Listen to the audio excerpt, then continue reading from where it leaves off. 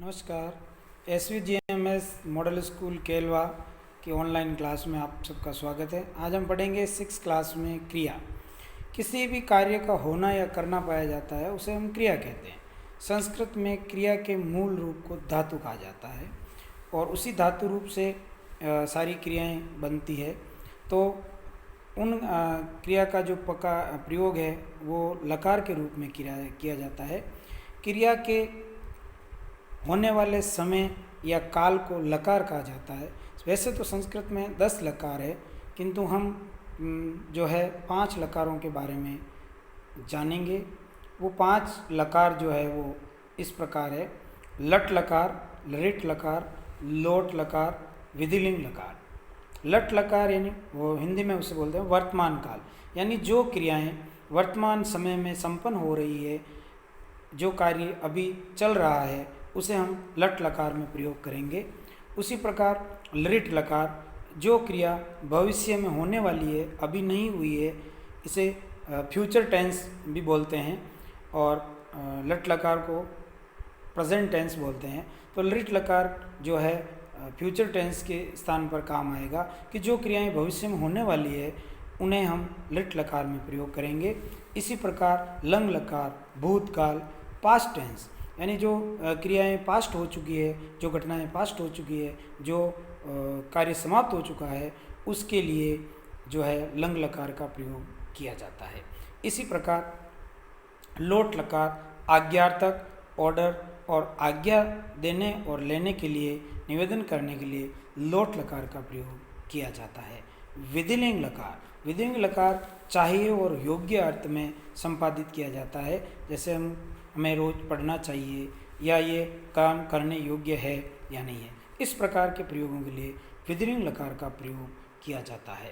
अब हम उदाहरण देखते हैं कि पढ़ना, पढ़ना जो क्रिया है वो पठ धातु से बनी हुई है। संस्कृत का मूल रूप जो है उसका पठ है, पठ यानी पढ़ना। अब इसी धातु के रूप हम वर्तमान काल में जो है वो देखेंगे। पठ धातु लट लकार वर्तमान काल, जिसका अर्थ होता है पढ़ना। इसमें 3 वचन होते हैं, एक वचन, द्विवचन, बहुवचन, और 3 पुरुष होते हैं, प्रथम पुरुष, मध्यम पुरुष और उत्तम पुरुष, जिसके बारे में आपको पहले बता दिया गया है। पठति, पठतः, पठन्ति, पठसि, पठतः, पठत, पठामि, पठावः, पठामः। मेरे साथ आप रिपीट करेंगे: पठति, पठतः, पठन्ति, पठसि, पठतः, पठत, पठामि, पठावः, पठामः। बहुत अच्छे, शाबाश। इसी प्रकार जो है वो हम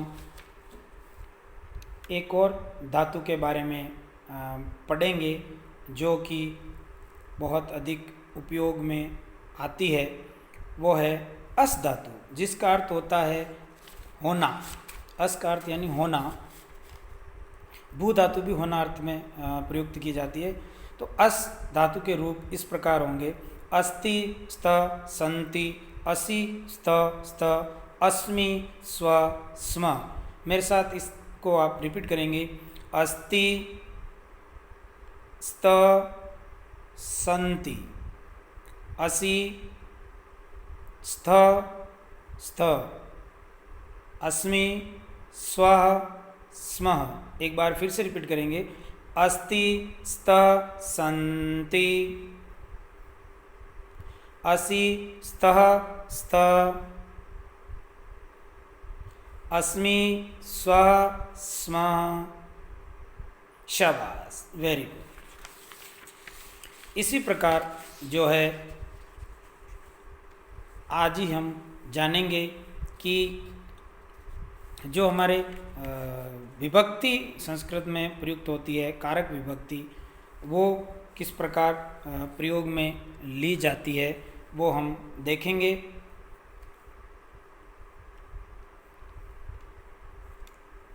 वाक्य में क्रिया का जो है जिसके साथ सीधा संबंध होता है उसे हम कारक कहते हैं।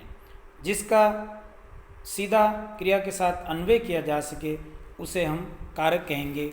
और उसी कारकों के अर्थ को प्रकट करने के लिए, समझने के लिए उनके साथ जिन प्रत्ययों का प्रयोग किया जाता है वह कारक विभक्ति कहलाते हैं।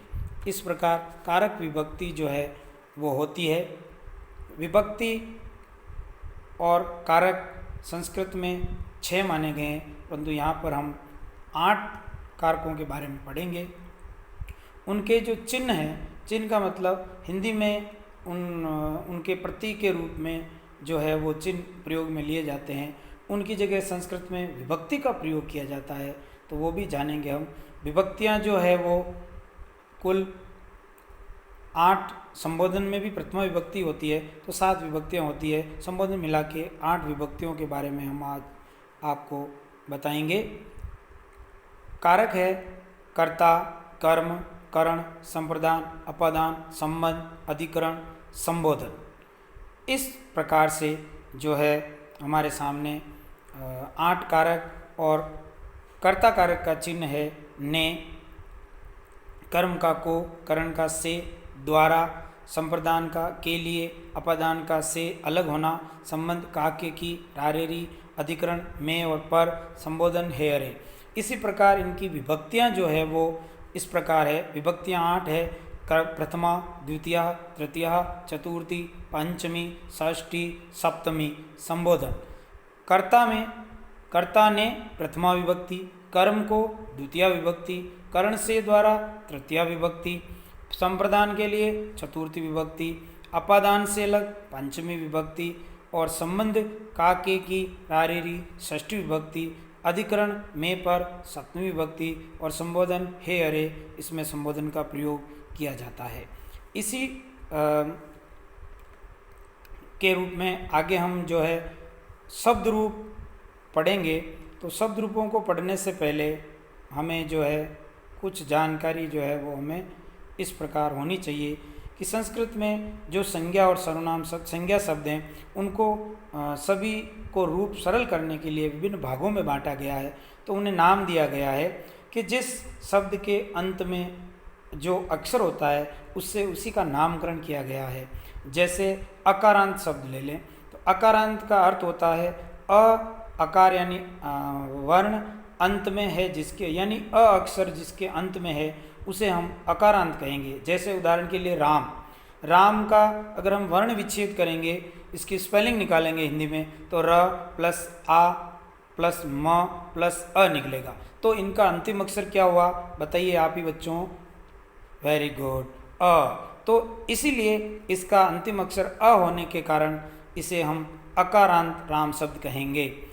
तो इसी प्रकार बालक के भी आप निकाल के देखना कि इसका अंतिम अक्षर क्या है, उसका भी अ आएगा, वो भी अकारांत शब्द होगा।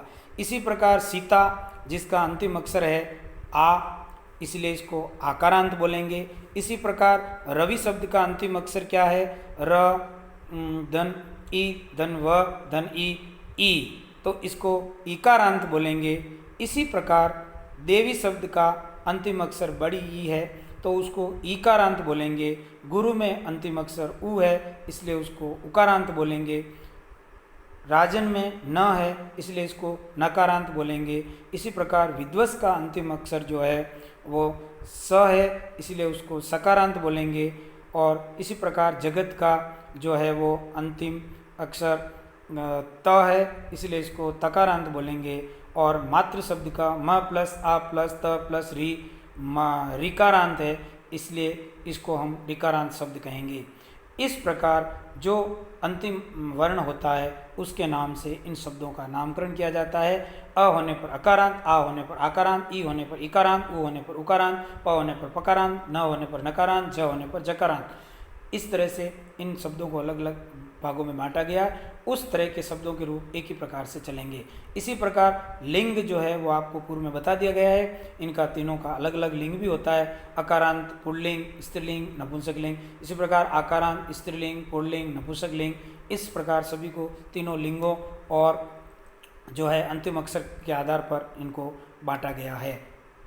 आज हमने देखा, इसके बाद हम जो है वो पाठ ये जो वो पढ़ेंगे। इससे पहले आज के लिए आपका जो है होमवर्क वो इस प्रकार जो है रहेगा आज का आपका जो है गृह कार्य है वो हम आपको इस रूप में करना है। कारक विभक्ति व चिन्ह को याद करना है। पट धातु लट लकार के रूप जो मैंने अभी आपको बताया, पठति पठत पठंती, पठसी पठत पठत, पठामी पठा पठाम, उसको याद करना है। अस धातु के रूप लट लकार में आपको याद करने हैं। अस्ति स्त संति, असि स्त स्त, अस्मि स्व स्म। इसी प्रकार आपने कितने लकारों के बारे में आज जानकारी प्राप्त की है उन्हें लिखना है। लट लकार, लोट लकार, लिट लकार, लंग लकार और विधिनी लकार। धन्यवाद।